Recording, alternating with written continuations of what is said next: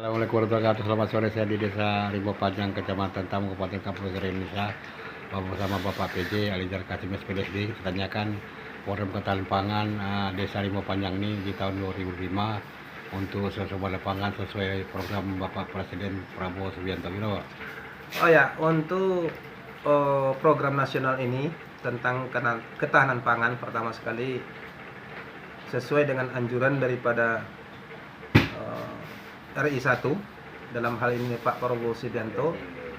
Kita di sini sepertinya di Rimbo Panjang ini agak sulit sedikit, tapi kita akan coba sesuai dengan regulasinya. Pertama, bentuk tanahnya ini apakah sesuai dengan jagung, apakah sesuai dengan padi. Kita coba, kalau memang bisa tidak bisanya kita tentukan nanti. Pertama, yang kedua, untuk kelompok taninya ini kita bagi 3. Jadi kita bagi 3 ini, katakanlah itu umpamanya terdiri dari 3 buah dusun. Dusun 1 ini nanti dibuatkan satu kelompok minimal itu 2 hektar minimalnya, itu minimal. Dan selanjutnya setiap dusun itu 2 hektar sampai nanti ketiga dusun itu lebih kurang 6 hektar. Jadi kita nanti akan mencoba per dusunnya itu 1 hektarnya nanam jagung, 1 hektarnya nanam padi. Gini Bang, ini kan 3 dusun ya? Iya. 3 dusun, 2 hektar, 2 hektar, 2 hektar. Mencari tanah 2 hektar per dusun Ya. yang bisa nanam padi dan nanam jagung. Ini kan butuh survei humus tanah tuh. Iya. Nah, kalau dia nggak bisa ditanam padi, dipaksa tanam padi, itu padi pasti tumbuhnya lalang gitu. Nah itu gimana Bang? Tapi kalau menurut saya, ya kalau yang kita tanam itu padi ya tumbuh padi, tapi tingkat keberhasilannya. Jadi kita nanti akan turunkan para ahli dari dinas pertanian. Kita turunkan bagaimana ini PA tanahnya, ya. PH tanahnya. Jadi nanti seberapa kita kasihkan, umpamanya kalau sekarang ini kalau untuk desa Rimbo dikasih delomet dulu, bagaimana cara pengolahannya, dikasih pupuknya bagaimana. Jadi kalau menurut saya, kalau untuk tingkat keberhasilan ini seberapa kita coba. Kita jangan si A membuat ladang umpamanya menanam padi, mereka membuat lebih kurang begini. Mereka gagal, kita tidak bisa membuat contoh kepada orang yang gagal. Kita nanti kan punya ahlinya, ada ahli dari pertaniannya, bagaimana jenis pupuknya, apa yang akan kita kasih. Nah, jadi setiap hari ini kelompok tani ini harus memberikan laporan, membuatkan laporan. Bagaimana bentuk perkembangannya, apa yang ini kurang, diberikan pupuk dan diberikan obat-obatannya. Demikian.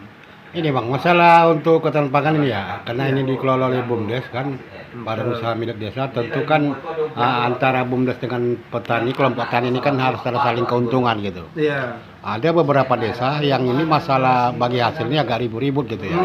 Nah, ini gimana tempat kita Bang? Ya baik, kalau untuk bagi hasil ini harus ada MOU-nya. Pertama sekali, ketika BUMDes kita berikan modal, selanjutnya berkolaborasi dengan petani, nah atau kelompok tani.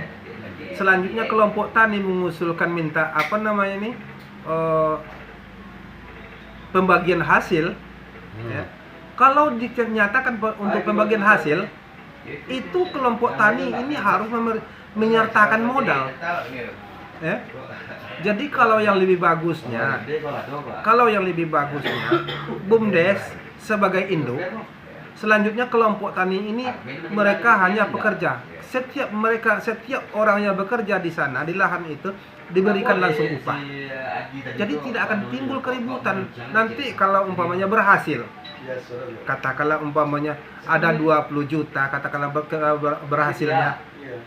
Nah, mereka menerima upah, minta dibagi hasil lagi.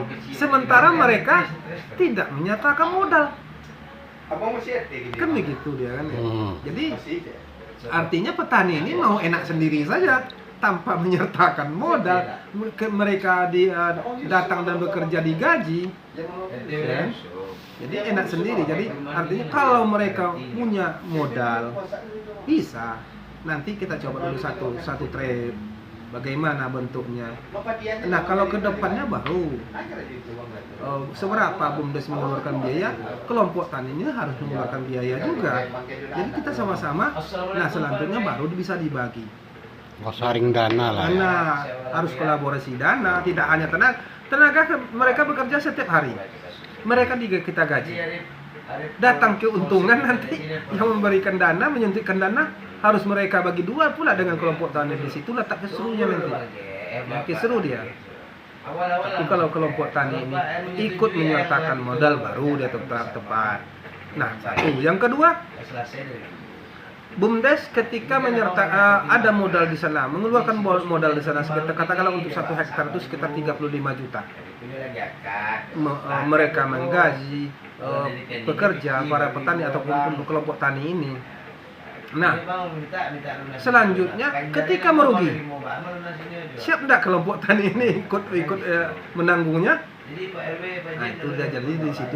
Jadi jangan hanya kita bicara untungnya saja, untung dibagi dua segala macam. Bagaimana entah atau 2/3 umpamanya keuntungannya ini harus dibagi, tapi dalam artian dibagi ini harus menyertakan modal, bukan modal tenaga saja, begitu ya. Oh iya. Yang catatan Bapak PJK di Rimbo Panjang, semoga peran Desa Rimbo Panjang tak ada masalah Ya, yang akan depannya. Terima kasih. Assalamualaikum warahmatullahi wabarakatuh.